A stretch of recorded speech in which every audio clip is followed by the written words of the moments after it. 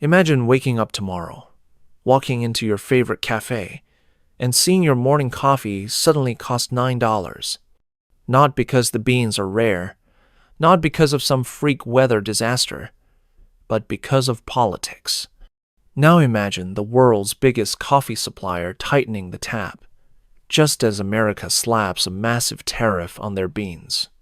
Shelves start looking thin, prices begin to creep up, and inside the White House, a furious president demands to know who blinked first, us or them. This is the coffee war. And the next 60 days might decide whether your daily cup stays affordable or becomes a luxury item. Let's break down exactly what's happening.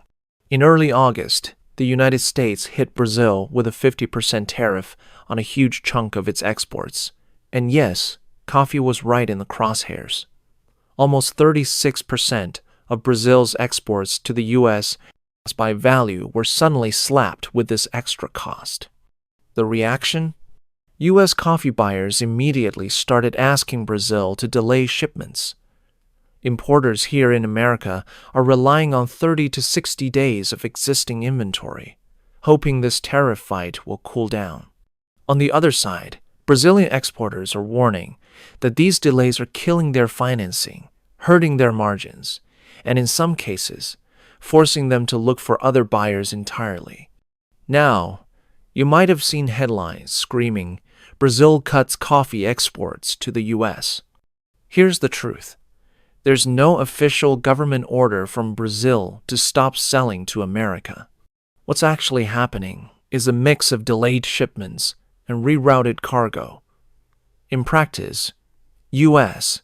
roasters are getting less Brazilian coffee arriving on time, which, on the street level, feels exactly like a cut. Why is this such a big deal?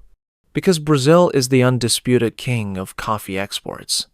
In 2024, they shipped more than 50 million bags worldwide, and the U.S. was their #1 customer, buying over 8 million bags. Replacing that kind of supply isn't as simple as just calling Colombia or Vietnam. Coffee is about flavor profiles, contracts, and scale. You can't switch overnight without paying more, and without changing what's in your cup.